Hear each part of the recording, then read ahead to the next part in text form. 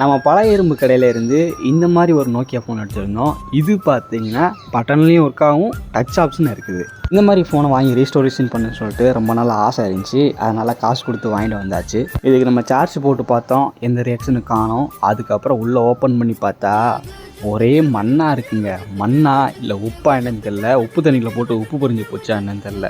இந்த டிஸ்பிளேலையும் பார்த்தீங்கன்னா ஒரு மாதிரி ரவுண்டாக உப்பு பறிஞ்சிருக்கு.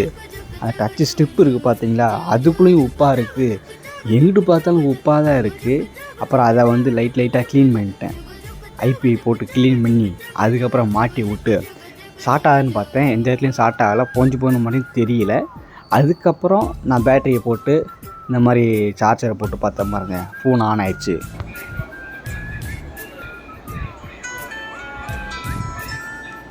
இந்த மாதிரி நோக்கியா ஃபோன் உள்ள ஸ்டிப்பு தான் கொடுத்துருப்பாங்க. அது உள்ள தண்ணி கல் ஏதாச்சும் போச்சு அப்படின்னா அது மூவ் ஆகிறதுக்கு வாய்ப்பு இருக்குது. அது மட்டும் இல்லாமல் ஒரு நோக்கியா ஃபோன் ரொம்ப வருஷமாக ஆன் ஆகாமல் கிடக்கு அப்படின்னா அதில் பேட்ரி வந்து டெட்டாக இருக்கும். ஃபுல்லாகவே சார்ஜ் 0ல் இருக்கும்.